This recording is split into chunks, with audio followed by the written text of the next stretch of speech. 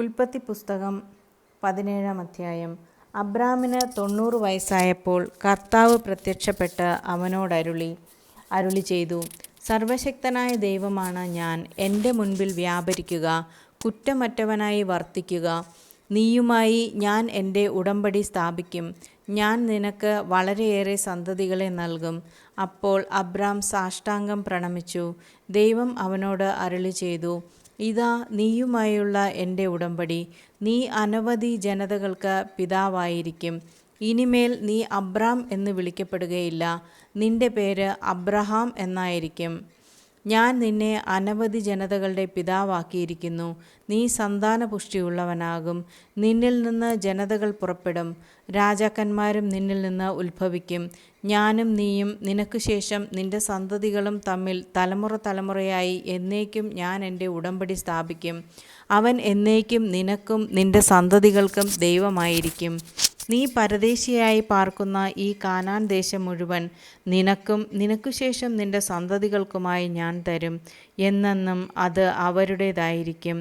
ഞാൻ അവർക്ക് ദൈവമായിരിക്കുകയും ചെയ്തു. ദൈവം അബ്രാത്തോട് കൽപ്പിച്ചു, നീയും നിന്റെ സന്താനങ്ങളും തലമുറ തോറും എൻ്റെ ഉടമ്പടി പാലിക്കണം. നിങ്ങൾ പാലിക്കേണ്ട ഉടമ്പടി ഇതാണ്. നിങ്ങൾ പുരുഷന്മാരെല്ലാവരും പരിച്ഛേദനം ചെയ്യണം. നിങ്ങൾ അഗ്രചർമ്മം ഛേദിക്കണം. ഞാനും നിങ്ങളുമായുള്ള ഉടമ്പടിയുടെ അടയാളമായിരിക്കും അത്. നിങ്ങളിൽ 8 ദിവസം പ്രായമായ ആൺകുട്ടിക്ക് പരിച്ഛേദനം ചെയ്യണം. നിന്റെ വീട്ടിൽ പിറന്നവനോ നിന്റെ സന്താനങ്ങൾ പെടാത്ത വിലയ്ക്ക് വാങ്ങിയ പരദേശിയോ ആകട്ടെ, തലമുറ തോറും എല്ലാ പുരുഷന്മാരും പരിച്ഛേദനം ചെയ്യണം. നിന്റെ വീട്ടിൽ പിറന്നവനും നീ വിലയ്ക്ക് വാങ്ങിയവനും പരിച്ഛേദനം ചെയ്യപ്പെടണം.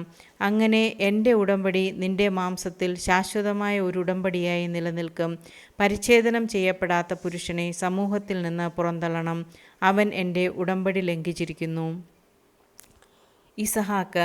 ദൈവം അബ്രാഹത്തോട് അരുളി ചെയ്തു, നിന്റെ ഭാര്യ സാറായിയെ ഇനിമേൽ സാറായി എന്നല്ല വിളിക്കേണ്ടത്, അവളുടെ പേര് സാറ എന്നായിരിക്കും.